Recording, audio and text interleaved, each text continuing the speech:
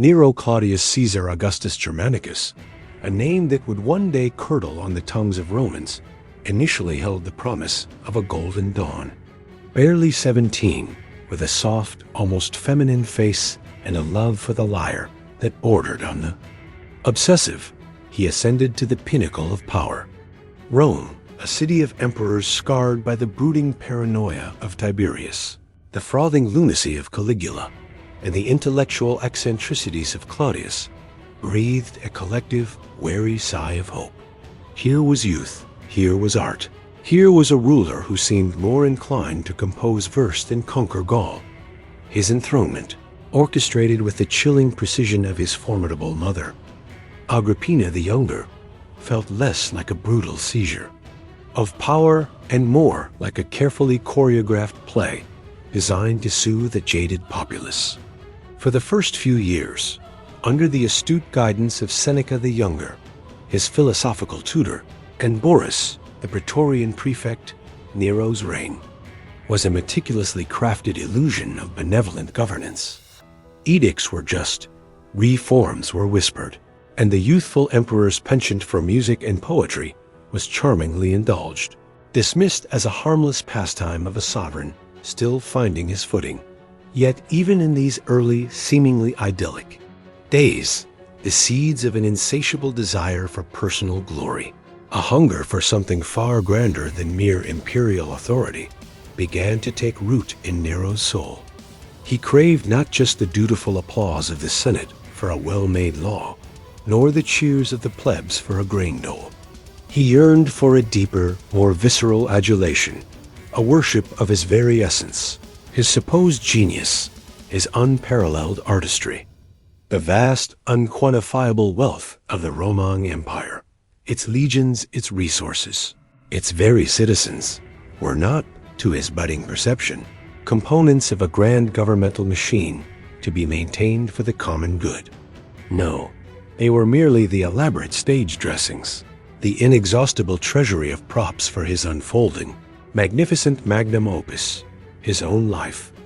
The first diamonds Nero began to consume were not literal jewels, for such crude indulgence would have been beneath his burgeoning artistic sensibility.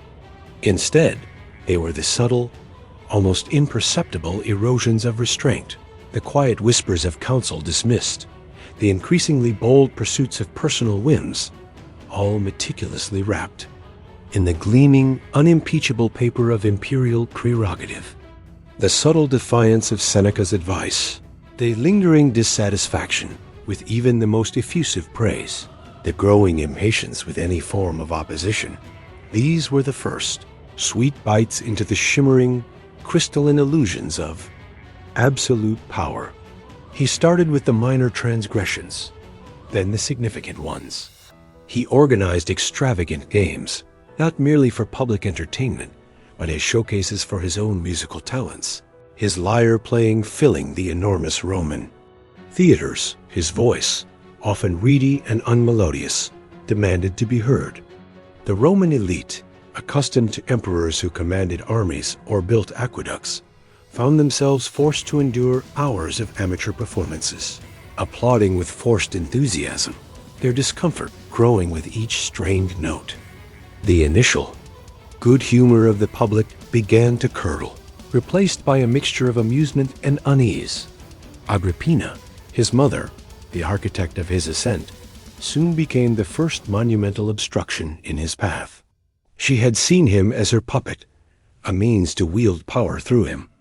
But Nero, tasting the intoxicating freedom of his imperial position, found her presence increasingly suffocating, her advice grating. Her fierce intelligence, once a shield, became a cage. She was a constant, sharp reminder of his origins, a shadow he systematically sought to eclipse, then brutally, relentlessly extinguish. Her sharp criticisms of his artistic endeavors, her open disapproval of his affairs, particularly with the captivating but notoriously scandalous Poppaea Sabina, chipped away at his patience. The tension between mother and son escalated from veiled threats to open hostility. He stripped her of her powers, banished her from the palace, and then, in a chilling display of calculated ruthlessness, attempted to drown her in a specially designed collapsible boat. When that failed, and she miraculously swam to shore, he ordered her assassination. The murder of his own mother, a horrifying act that sent shivers through even the most jaded Roman aristocracy, was a profound turning point. It was not merely an act of political consolidation. It was Nero's definitive, bloody declaration of absolute autonomy. He was no longer a boy playing emperor.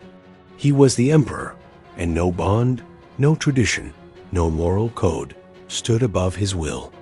He had consumed the diamond of filial piety, crushing it beneath the heel of his ambition, convinced he was merely clearing the path for his own radiant sun to shine unimpeded.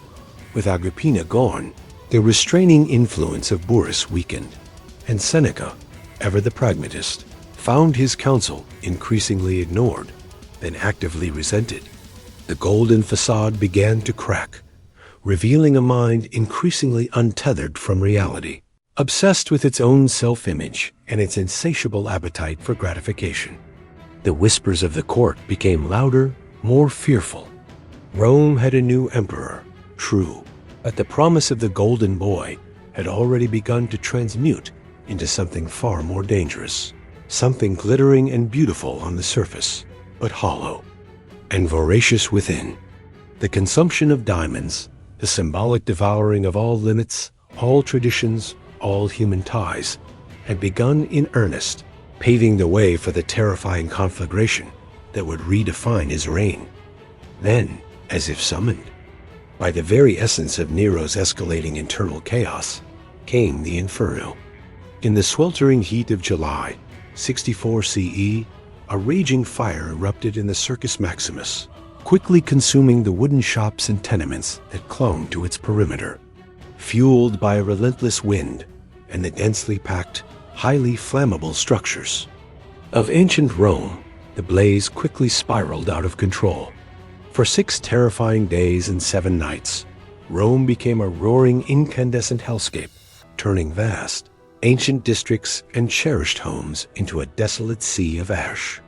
The very air was thick with smoke, the screams of the trapped, and the desperate cries of those fleeing the relentless advance of the flames. It was a tragedy of unimaginable scale, a city brought to its knees by an elemental force. While the city wept, burned, and choked on the acrid smoke, whispered rumors, insidious as the creeping tendrils of the fire itself, began to swirl around. The emperor, where was he? Was he truly watching from a distance, perhaps from his villa in Antium, captivated by the spectacle? Was he, as later sensationalized accounts claimed, playing his lyre and singing of the sack of Troy, drawing perverse inspiration from the destruction of his own capital? Or was it merely malicious gossip, the bitter fruit of public fear and resentment? Regardless of the precise truth of his whereabouts, Nero's response to the catastrophe was immediate, grand, and utterly tone-deaf to the raw, visceral pain Rome desperately needed acknowledged. He returned to the city, but his actions, though superficially appearing to aid the populace, felt detached, almost theatrical. He opened public buildings and his own gardens to the homeless, ordered grain prices slashed, and organized relief efforts. Yet there was no true empathy, no shared grief that resonated with the common man. It was a performance of beneficence, not a genuine connection. The true chilling nature of Nero's response, the very heart of his diamond feast, lay not in the immediate relief efforts, but in what followed. He seized vast swaths of incinerated land that had once been vibrant neighborhoods, bustling marketplaces, and the humble homes of thousands, not to rebuild a city for its displaced citizens, but to construct the Domus Aurea, his infamous golden house. This was no mere palace. It was an extravagant, megalomaniacal dream made manifest, a sprawling complex of unprecedented opulence that stretched from the Palatine to the Esquiline Hills, covering an estimated 100 to 300 acres. Its features were legendary. A colossal statue of Nero himself, 120 feet tall, dominating the entrance. A massive artificial lake in the center, fed by diverted aqueducts. Vineyards, pastures, and even groves of exotic trees, all within the city limits. Inside, the luxury defied description. Ceilings inlaid with mother of pearl and ivory, some with hidden pipes that sprayed perfumes or showered flowers upon guests.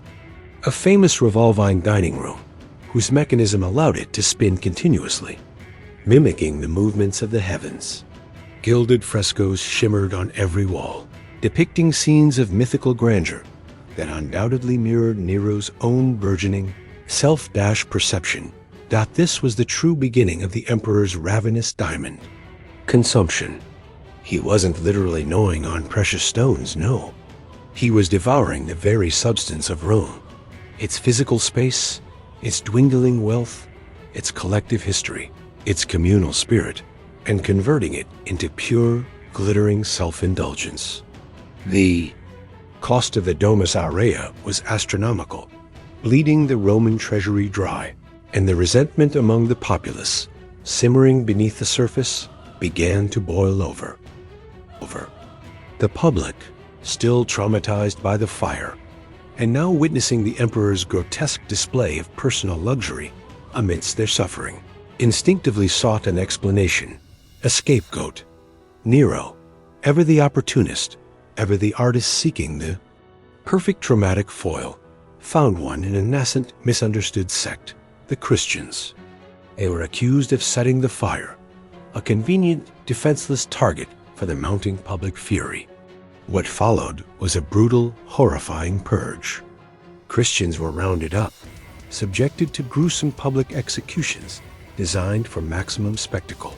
Some were torn apart by dogs, others crucified, and still others famously set alight as human torches to illuminate Nero's own private garden. Parties. These acts were less about justice and more about macabre entertainment, designed to thrill the bored emperor and deflect the searing gaze of public anger from his own extravagant follies. Any dissent, any murmur of disapproval was met with swift, crushing force. The fire had cleared the stage, both literally and figuratively, removing old structures and old restraints.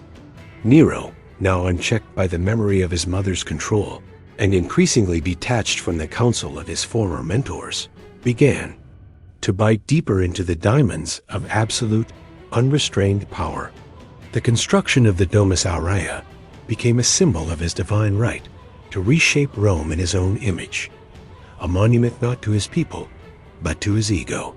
He believed he was Rome's destined savior, its ultimate muse, its living god, and that the city existed solely for his magnificent pleasure and artistic expression.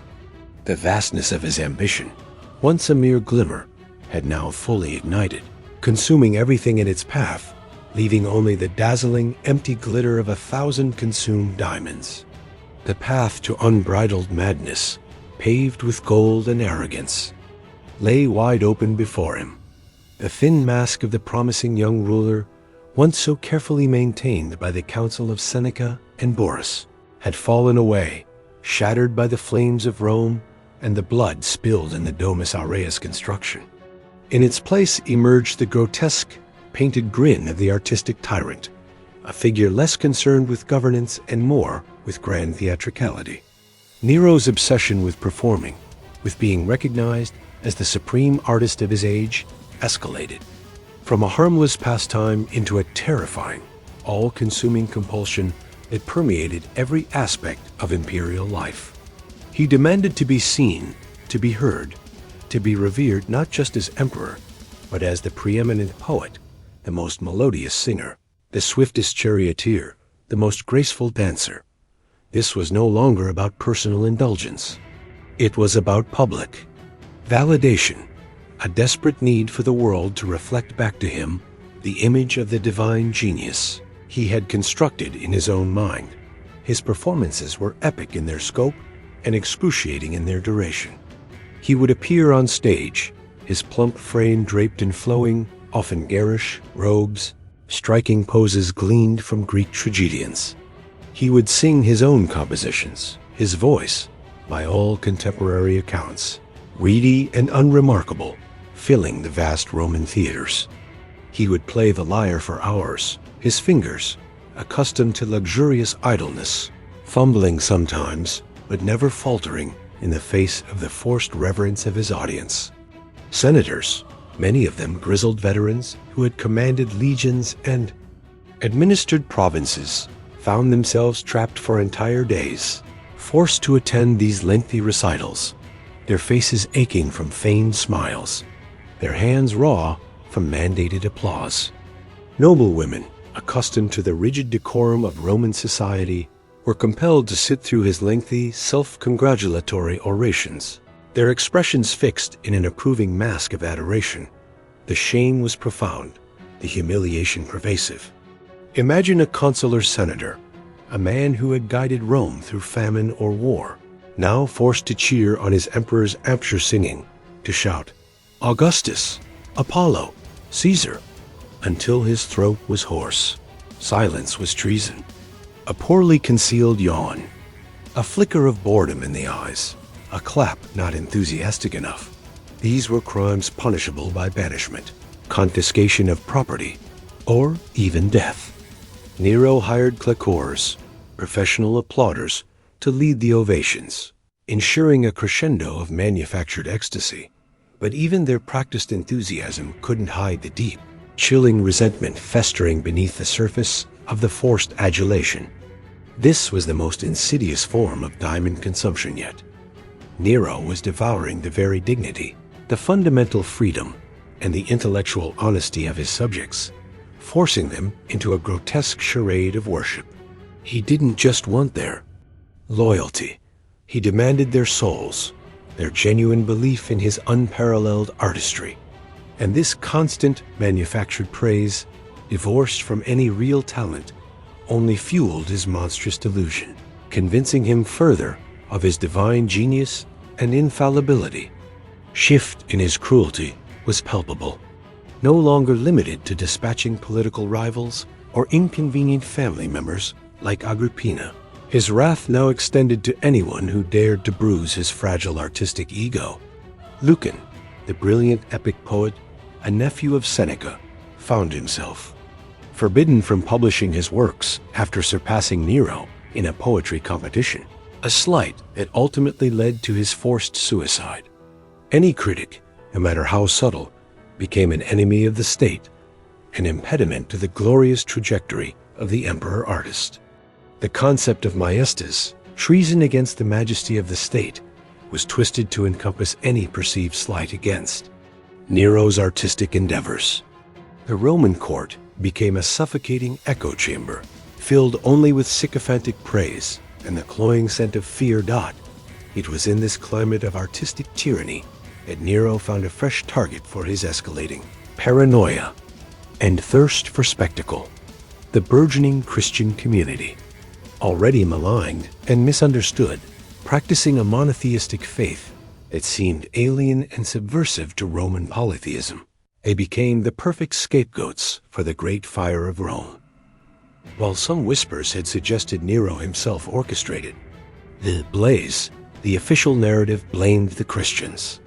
What followed was an explosion of horrific public persecution, orchestrated not out of religious fervor, but out of a perverse desire for theatrical spectacle and a chillingly effective deflection of public anger. Christians were rounded up, subjected to tortures of unimaginable cruelty. Some were sewn into animal skins and thrown to wild dogs in the arenas, their dying screams providing a macabre soundtrack for the cheering crowds. Others were nailed to crosses and set alight, their bodies serving as human torches, illuminating Nero's infamous garden parties, casting long, dancing shadows over the glittering mosaics of the Domus Aurea. These executions were not about justice. They were about gruesome, elaborate theater, designed to thrill the increasingly jaded emperor and provide a horrifying distraction for a populace still reeling from the fire. These human lives, innocent and utterly disposable in Nero's twisted mind, were another form of diamond, shattered and scattered to fuel his depraved appetites. Seneca, once the sage mentor, found himself increasingly marginalized. His philosophical treatises, once held in high regard, were now secondary to Nero's theatrical ambitions.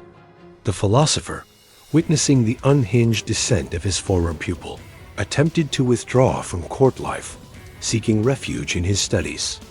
But Nero, suspicious of any independent spirit, any mind not utterly subservient, soon found an excuse. When the Pisonian conspiracy, a wide-ranging plot to assassinate Nero, was uncovered in 65 CE, Seneca, though almost certainly innocent of direct involvement, was implicated. Nero, seizing the opportunity to remove a nagging voice of conscience, ordered his former tutor to commit suicide. Seneca's stoic, dignified death, recorded by Tacitus, stands in stark contrast to Nero's increasingly manic existence. With Seneca's passing, the last vestiges of intellectual restraint, the final faint whisper of philosophical reason, vanished from Nero's inner circle. He was now utterly alone, surrounded by yes-men, freed to consume as many diamonds of human dignity, of reason, and of life itself as his monstrous appetite dictated. The public treasury, already strained by the rebuilding of Rome and the extravagant Domus Aurea, was further depleted by Nero's endless spectacles. Vast sums were spent on imported exotic animals for the arena, on elaborate stage machinery, on the construction of new theaters for his performances, and on the lavish gifts showered upon those who adequately flattered him. This constant wasteful spending on purely personal gratification, divorced from any practical benefit to the empire, was another form of diamond consumption, steadily bleeding Rome dry. He was not just consuming resources. He was consuming the economic stability of the empire, trading its prosperity for the fleeting, hollow brilliance of his personal glory. His reality had become a glittering, gilded cage of his own making, where the only truth was his own boundless genius, and the only limit was his own desire. As Nero continued his voracious consumption of diamonds, the wealth of the provinces, the dignity of his subjects, the very lives of his citizens, and the stability of the Roman state, the empire, once a beacon of order and might, began to bleed. The monstrous appetite of the emperor, insatiable and heedless of consequence, hollowed out the foundations of his vast dominion. What began as internal corrosion soon manifested as external decay, as far-flung territories already, chafing under the burden of Roman rule and heavy taxation, seized upon the emperor's erratic behavior and the growing instability in Rome as an opportunity for rebellion. From the rain-swept lands of Britannia in the west to the arid deserts of Judea in the east and the verdant hills of Gaul in the north, revolts erupted like festering sores on the body of the empire. In Britannia, the Iceni queen Boudica, enraged by Roman abuses, led a ferocious uprising that saw the destruction of major Roman settlements like Comulodunum, Colchester, Londinium, London, and Virolamium St. Albans, leaving a trail of death and devastation that shook Rome to its core. Thousands of Romans and their allies were massacred, and for a terrifying moment, the very hold on the province seemed precarious. In Judea, simmering resentment against Roman rule boiled over into a full-scale rebellion that would drag on for years, demanding immense military resources and culminating in the eventual destruction of the temple in Jerusalem. In Gaul, the governor Vindex, a Romanized native, would soon raise the banner of revolt, citing Nero's tyranny and wasteful extravagance as his primary grievances. These were not minor border skirmishes. These were large-scale, costly wars, draining the imperial treasury and exposing the widening cracks in Rome's once unyielding foundation. Yet, insulated by the sprawling, labyrinthine walls of the Domus Aurea and surrounded only by a chorus of sycophants, artists, and flatterers, Nero remained utterly oblivious, or perhaps willfully blind, to the suffering and chaos that consumed his empire. The reports from generals, the pleas from provincial governors for reinforcements and funds were mere irritations, distractions from his true calling, art and pleasure. He was too preoccupied with staging another grand performance in Naples or Greece, composing another agonizingly long epic poem about the Trojan War, or indulging in increasingly bizarre and perverse personal fantasies within the gilded confines of his golden house. The diamonds now literally glittered around him, the immense gold leaf that covered the walls of his palace, the rare pearls and emeralds adorning his robes, the endless feasts served on platters of solid gold, the exotic animals imported for his private zoo, the carefully choreographed chariot races in his personal hippodrome. All of this extravagance was financed by the dwindling resources of the empire, by new oppressive taxes levied on a struggling populace, and by the ruthless confiscation of property from wealthy citizens accused of treason, often on the flimsiest of pretexts. His personal life, once merely scandalous, descended into outright debauchery and a shocking disregard for Roman societal norms. After the murder of his pregnant wife Poppaea Sabina, kicked to death in a fit of rage, he married a eunuch named Sporus, whom he ordered to be castrated and surgically altered to resemble Poppaea, then dressed him in imperial regalia and paraded him publicly as his empress. This act, transgressive even by the notoriously lenient standards of the Roman aristocracy, showcased a complete detachment from reality and a grotesque defiance of all conventions. Such bizarre displays, though hidden from the common plebei, walls and guards, became whispered gossip among the elite, further eroding their already fractured respect for the emperor. The diamonds he consumed now were not just wealth, but social cohesion, the sacred bonds of tradition, and the very moral fabric of Roman society, all sacrificed at the altar of his unbridled, increasingly perverse desires. The Roman military, once the bedrock of imperial power and fiercely loyal to the emperor, began to lose its unwavering faith. Legions were stretched thin across rebellious provinces, neglected and financially strained. The best commanders were often viewed with suspicion by Nero, their popularity seen as a potential threat, leading to their forced retirement or even execution. The emperor's personal neglect of military affairs, his preference for theatrical tours over inspection of his armies, bred resentment and eroded morale. Discipline weakened, and whispers of discontent grew louder among the ranks. This was a critical turning point. An emperor who lost the confidence of his legions was an emperor on borrowed time. Conspiracies, once easily crushed, now multiplied like weeds in the fertile ground of imperial paranoia and widespread discontent. The most significant, the Pisonian conspiracy of 65 CE, involved a wide array of senators, equestrians, and even members of the Praetorian Guard, all disillusioned with Nero's tyranny. Though brutally suppressed, leading to a wave of executions and forced suicides, including Seneca's, its very existence revealed the depth of the opposition. The suppression of this conspiracy, far from restoring order, only intensified Nero's paranoia. He saw enemies everywhere, and his reign became a bloodbath of purges, informants, and public trials designed to terrify any potential dissenters into submission. The diamonds he consumed now were the trust between ruler and ruled, the loyalty of his inner circle, and the very possibility of peaceful governance. Nero's grip on reality slipped further with each self-aggrandizing act, each successful suppression of a perceived threat, each new extravagant indulgence. He genuinely believed he was Rome's savior, its muse, its living god, that his artistic endeavors were bringing unprecedented glory to the empire, even as it crumbled around him. He saw himself not as a tyrant, but as a benevolent, misunderstood genius, a sun king whose radiant light Rome was simply unready to appreciate.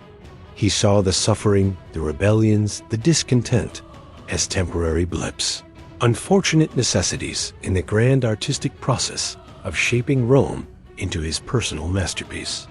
He was blind to the stark truth, choosing instead to bask in the reflection of his own magnificence, living in a self-constructed fantasy, while the empire outside the golden walls of his palace slowly, inexorably bled to death.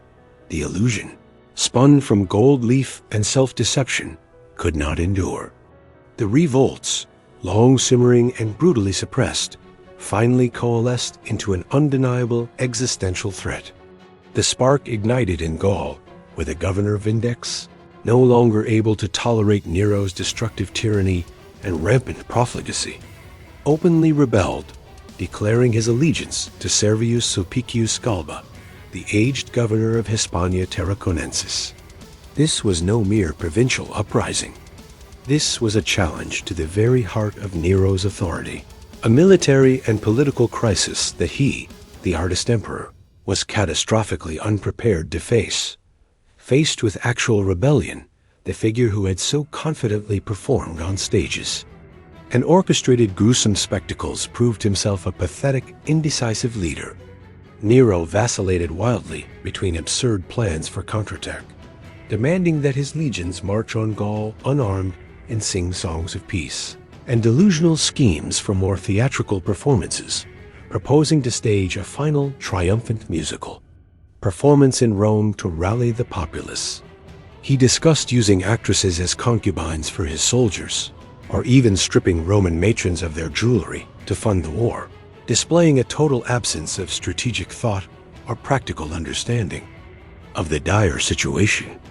The diamonds he had so gleefully devoured throughout his reign now turned to bitter dust in his mouth. The limitless power he had assumed was suddenly finite, the inexhaustible wealth exhausted, the unquestioning loyalty vanished. The abandonment began subtly, then accelerated with terrifying speed. His closest courtiers, the very sycophants who had fed his delusions for years, slipped away like rats from a sinking ship, their whispered flattery replaced by frantic self-preservation. Then came the ultimate betrayal, the Praetorian Guard. Once his personal bulwark, bought by Galba's promises of lavish donatives, publicly declared their allegiance to the rebel governor. Nero, isolated and utterly devoid of allies, realized the game was truly up. The magnificent golden house, the glittering monument to his ego, became a gilded cage, then a prison. He considered fleeing to Egypt, dressing as a mime, or even begging for forgiveness from the Roman people. Each thought was a pathetic attempt to cling to some shred of his self-constructed glory, some final dramatic role to play. His frantic flight from Rome was a scene of utter indignity, a stark contrast to the grand imperial processions he had once commanded. Dressed in a simple tunic, his face smeared with dirt, he rode on horseback, accompanied by a few faithful freedmen, fleeing into the darkness of the Roman countryside. The journey was filled with terror, the distant shouts of soldiers, the accidental encounter with a passing troop of cavalry, the desperate need to find a safe hiding place. He stumbled through brambles, hid in a ditch, and even, in a moment of pathetic theatricality, begged his companions to dig his grave for him, quoting lines from Virgil and Homer, the former emperor who had ordered so many to commit suicide. With chilling indifference, now found himself unable to perform the act himself, his artistic temperament overriding any practical resolution. He wavered, cried, and delayed, his fear of death eclipsing his desire for a dramatic exit. When the sounds of approaching cavalry, sent to apprehend him, grew undeniably close, he finally, clumsily, plunged a dagger into his own throat, aided by his faithful secretary Epaphroditus. With his last gasping breath, he allegedly uttered, "Qualis artifex perio? What an artist dies in me?" Even in death, in that final, agonizing moment, Nero's ultimate delusion held fast. He died not seeing the shattered empire he had left behind, the ruined city, the impoverished populace, the weary legions or the legacy of a dynasty destroyed. No, his mind, irrevocably warped by years of unchecked power and self-worship, still saw himself as the grand artist, the tragic hero, a genius unappreciated, a sun king whose light was tragically extinguished. He was still consuming the phantom, diamonds of his shattered crown, clinging to the illusion of his artistic glory until the very end, until death itself consumed him. His body, once so pampered and adorned with the spoils of Rome, was quickly and ignominiously buried without the imperial honors he craved. The Julio-Claudian dynasty, which had begun with the cunning Augustus, ended with the madness of Nero. Rome, relieved but scarred, embarked on a period of civil war, the year of the 4 emperors, as different generals vied for the vacant throne. A direct consequence of Nero's disastrous reign and his failure to secure a legitimate heir. His legacy was one of infamy, a tyrant, a madman, a symbol of unchecked power and depravity. Yet, in a bizarre twist of fate, the very image he so desperately curated, the artist, the performer, is what historians most often remember, even as they condemn his reign.